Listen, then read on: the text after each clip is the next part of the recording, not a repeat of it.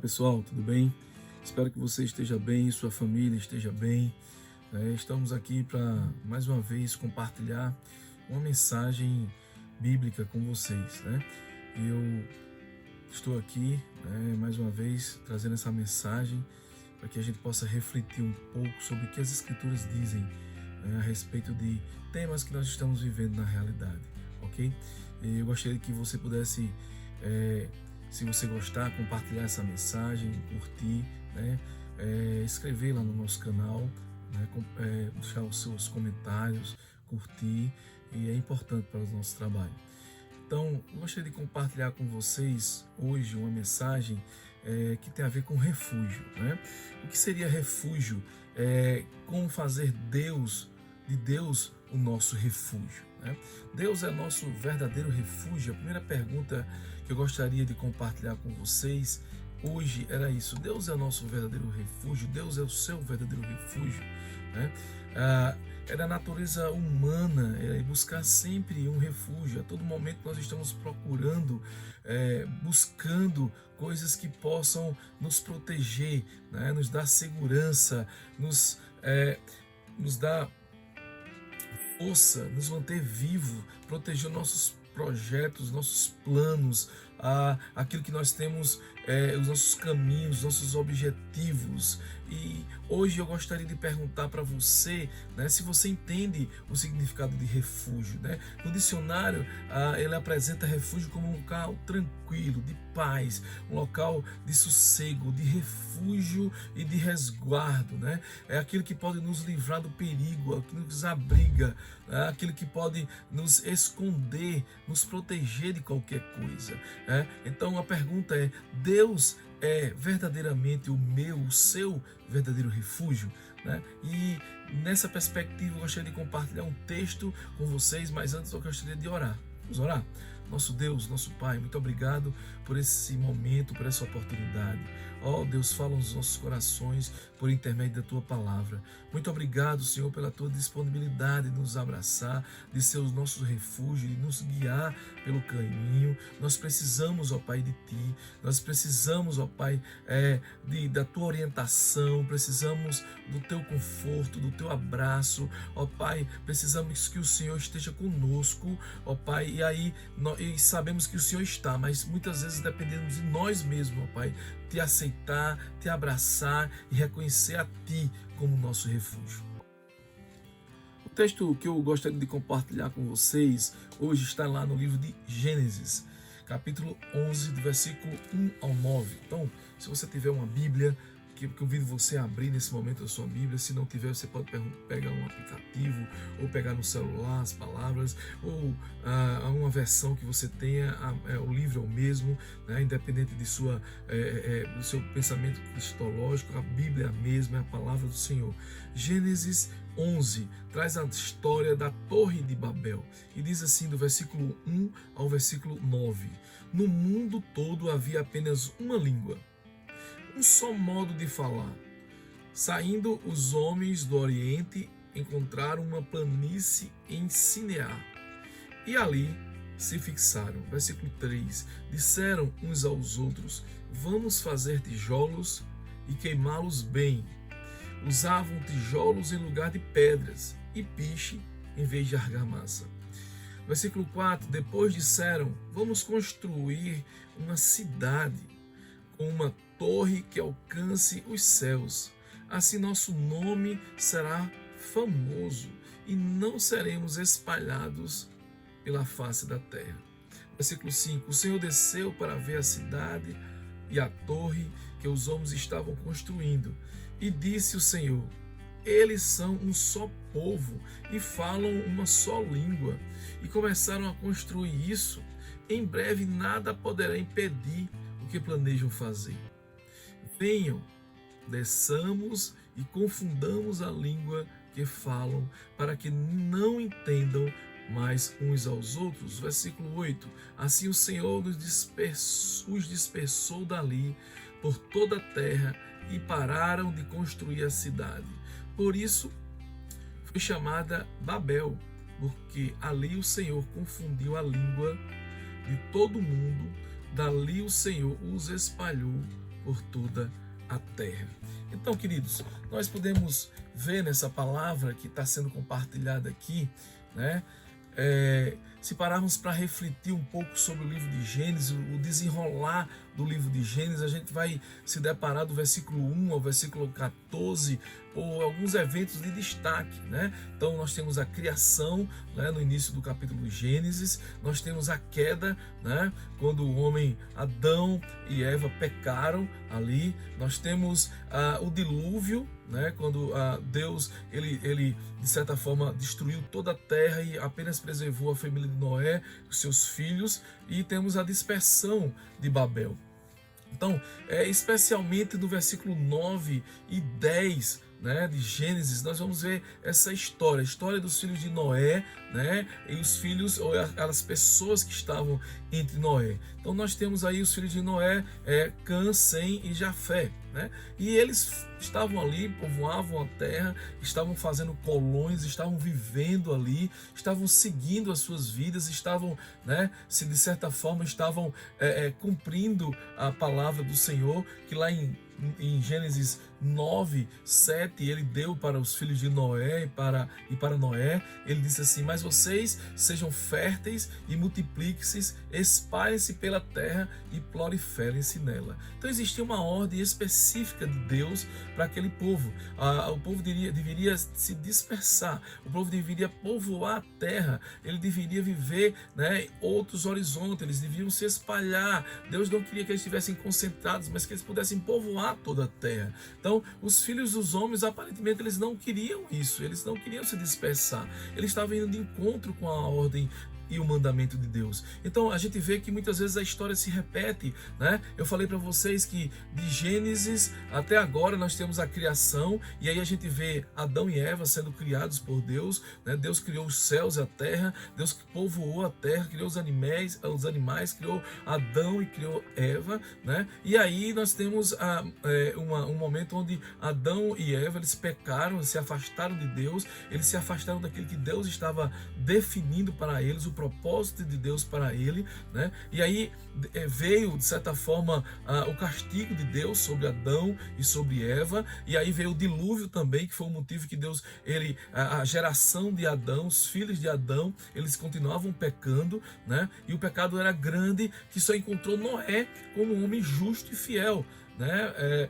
Naquele tempo. E Deus deu uma oportunidade, ele ia destruir Deus destruiu o mundo, mas Noé e sua família, eles foram preservados. Mas aqui o que é que acontece? A gente vê, né, que com a proliferação das famílias, mais uma vez o homem que eu digo as famílias, ou o homem e a mulher, né, eles começam a julgar que eles entendiam que era melhor para ele. E aí existe um grande problema, né?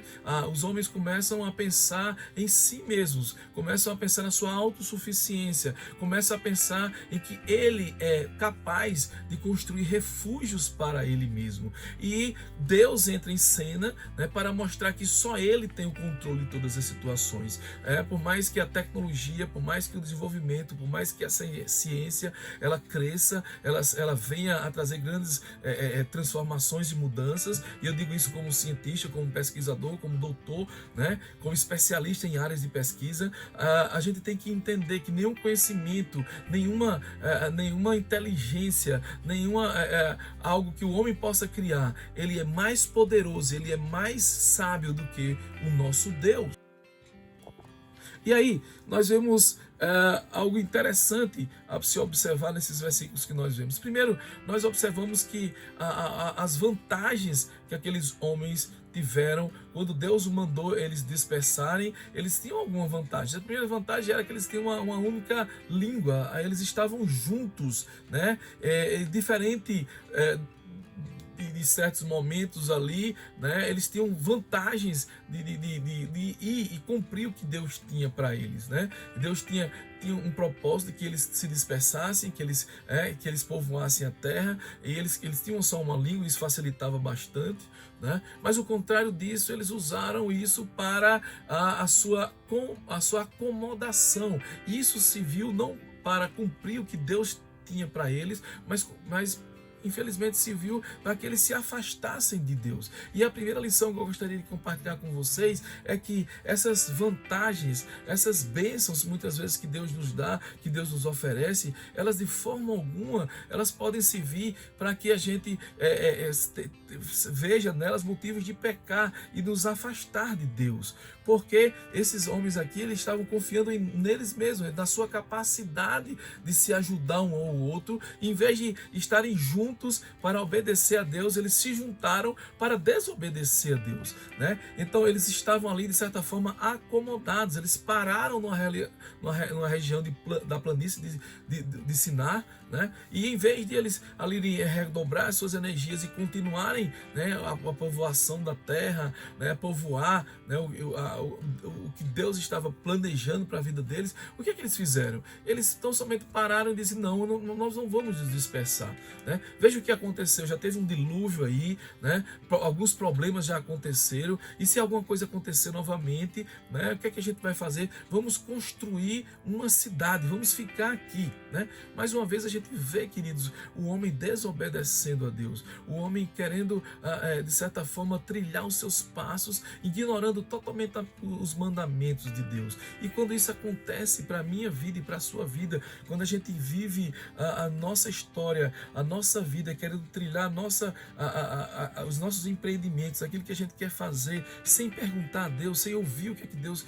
quer fazer, né? Existe uma grande probabilidade de nos darmos mal, não termos sucesso nos nossos empreendimentos. Então, aquela energia, né, tremenda que eles tinham de se juntar, né, de estar ali convictos, fortes, né, para levar a cumprir os planos de Deus, essa energia foi desviada e eles negligenciaram isso. E é um problema tremendo quando um homem, eu ou você, né, usamos daquilo que Deus nos dá para negligenciarmos os propósitos de Deus. Nós corremos riscos, né, e hoje a gente vê que a nossa humanidade corre risco, a natureza corre risco, né, a saúde corre risco, muitas vezes por negligenciarmos o cuidado com o próximo, negligenciarmos, né, o cuidado com a natureza, negligenciarmos o mandamento divino, né, de Deus, né, de estarmos em harmonia com todas as coisas. Vivemos em guerras, procuramos aquilo que é melhor para nós, vivemos com invejas, vivemos com ciúmes,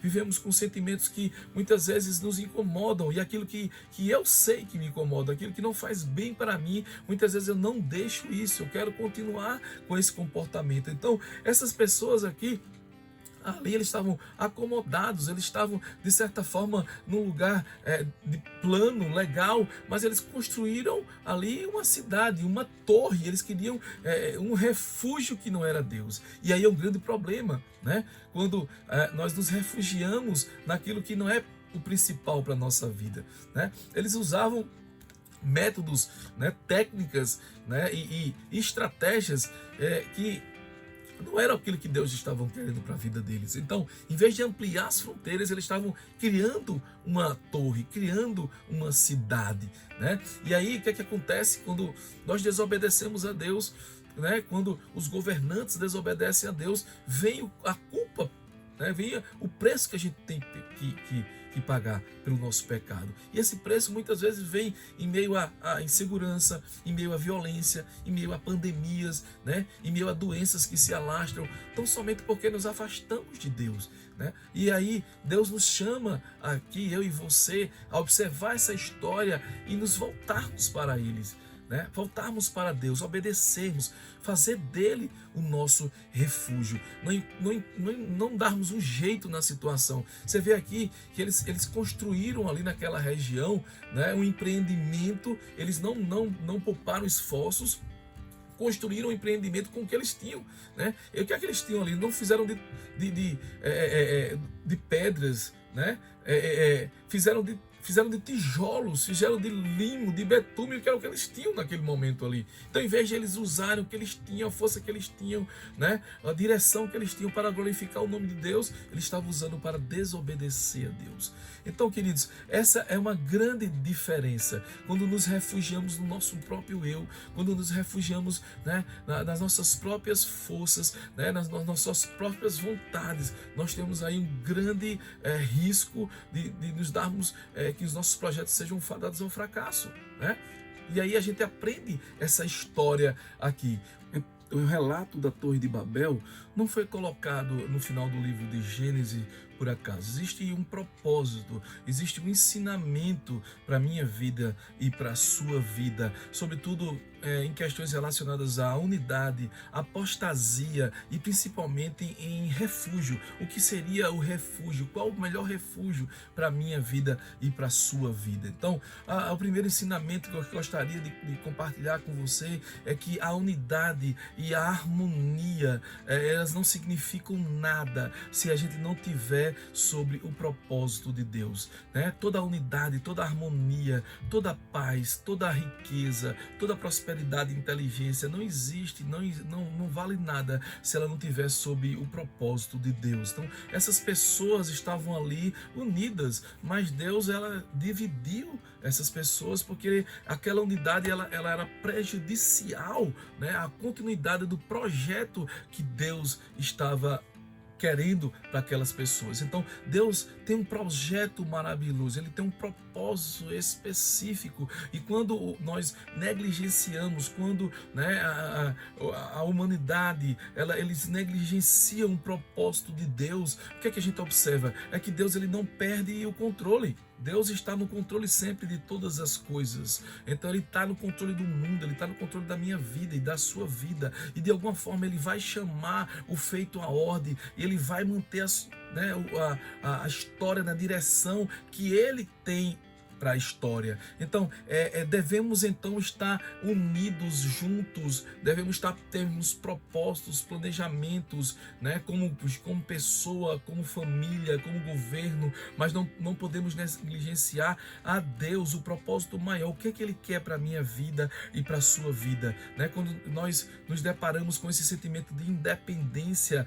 né, a gente começa a entender que nós de independente não temos nada, nós dependemos totalmente de Deus. É Ele que controla toda a nossa história. A gente pode ver isso no dia que se chama hoje. Nós não conseguimos saber o que vai acontecer amanhã, quais são os planos que vão acontecer amanhã, quais são os projetos de governo que vão acontecer amanhã, né? Por quê? Porque estamos parados, estamos frente a uma situação de pandemia, estamos frente a uma situação, né, que já aconteceu na história em determinados momentos, e as pessoas pararam. Por quê? Porque foi da vontade de Deus isso. Então, você quer então destacar, Landay, que é da vontade de Deus que tudo isso esteja acontecendo na minha vida, é da vontade de Deus, né, que essas coisas estejam acontecendo. Eu digo para você sim, porque não existe nada que não esteja direcionado pela vontade de Deus. Seja bom, seja ruim, mas Deus, ele vai usar todas as situações, ele vai direcionar todas as coisas para o seu propósito. Ele estava fazendo isso aqui, né, na história, aquela unidade, aquela vantagem que Deus tenha dado para aquele povo, o povo estava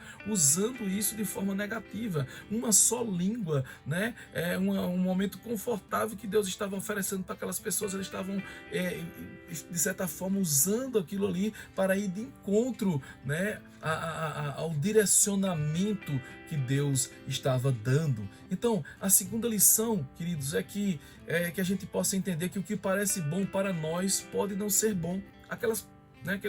Aqueles povos estavam ali, chegaram numa planície confortável, né? Eles pensaram, então vamos fazer o seguinte, então vamos seguir essa ordem de Deus, vamos parar aqui, vamos construir uma torre, né? E aí outras pessoas ali compraram a ideia, né? Outros não, eles não seguiram essa ideia, né? Eles foram obedientes a Deus, mas alguns ali negligenciaram o mandamento de Deus, né? Então o que parece bom, o que aparentemente é bom, né, se ele negligenciar o propósito de Deus, se ele negligenciar, né, o objetivo nobre da palavra de Deus, ele não é um princípio bom. Então, para ser bom, para ser, né, perfeito na minha vida e na sua vida, deve estar de acordo com o que Deus tem, o propósito que Ele tem, né? Então, não importa quão lógico seja, não importa quão aparente possa ser, não importa quão vantajoso possa ser a situação, o momento, aquilo que é nos oferecido.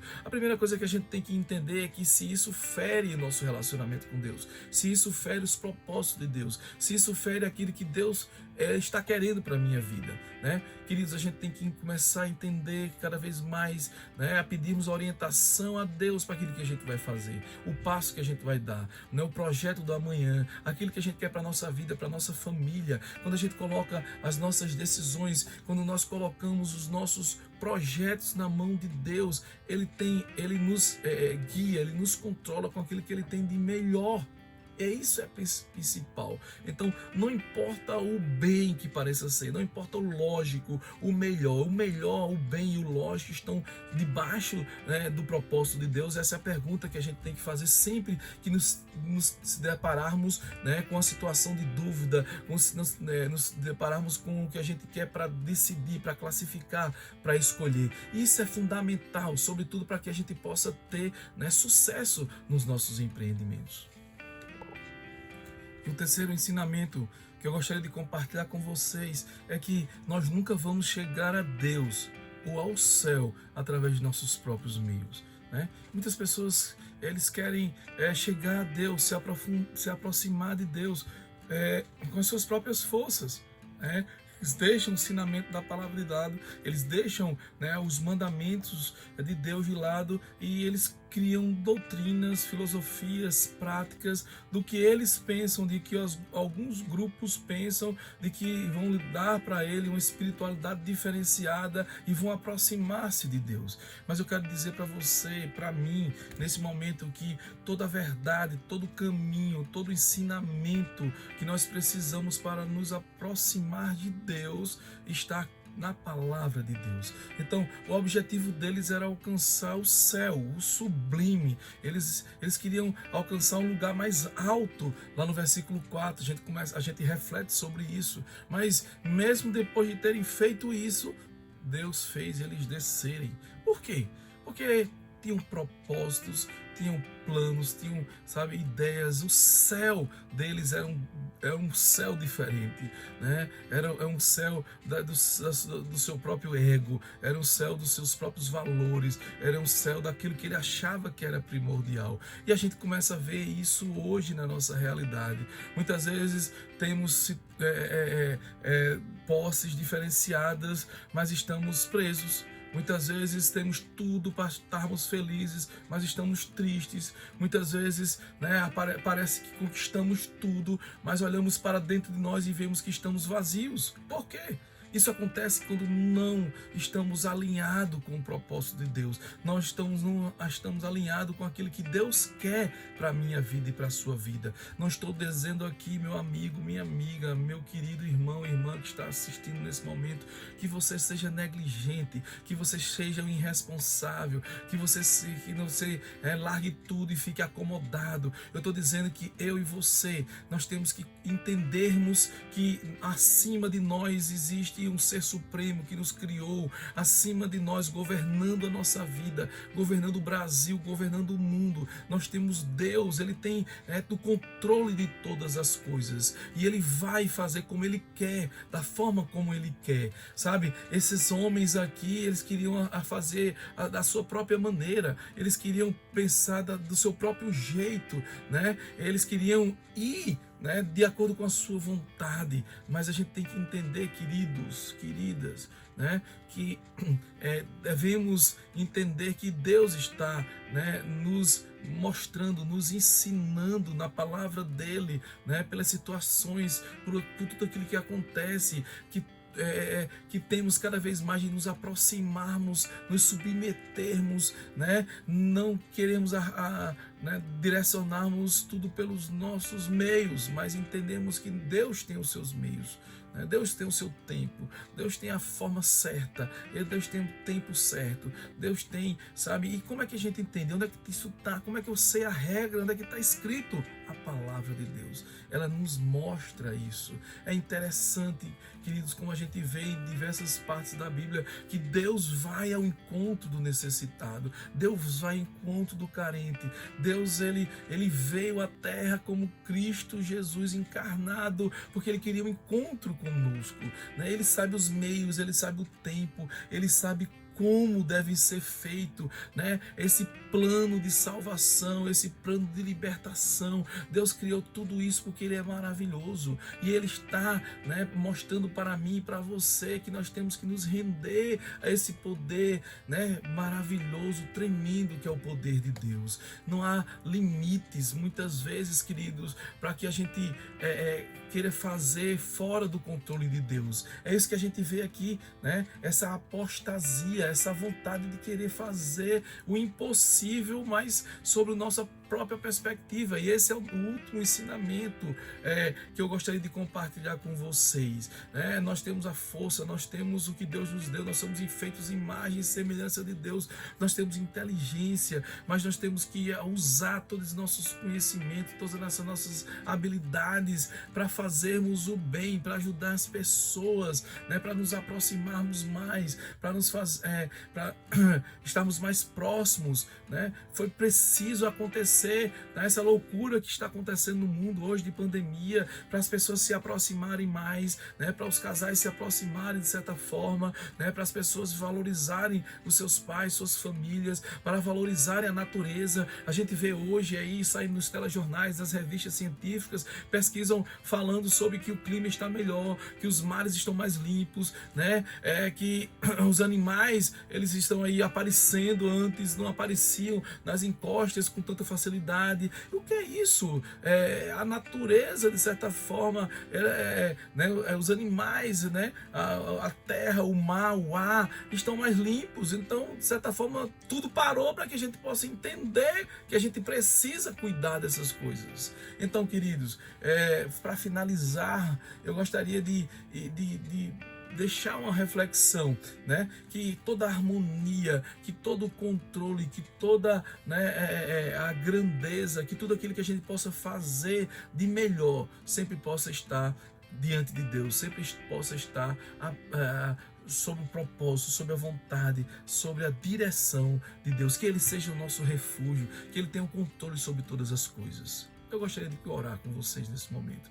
Deus, nosso Pai, muito obrigado por essa palavra. Fica conosco, abençoa a todas as pessoas que estão ouvindo essa mensagem, abençoa aqueles que estão no hospital, no leito, precisando de um milagre, precisando de uma obra milagrosa de Ti, Senhor. Vai lá, visita, sara, cura, traz, Senhor, a solução, ó Pai, para as doenças, enfermidades, a pandemia. Ó Deus, fica conosco. Ó Deus, nos faz entender que o Senhor é o único refúgio. Ó Deus, nos faz entender que o Senhor tem planos, projetos, que o Senhor tem uma palavra que deve ser seguida, a Bíblia, a palavra de Deus.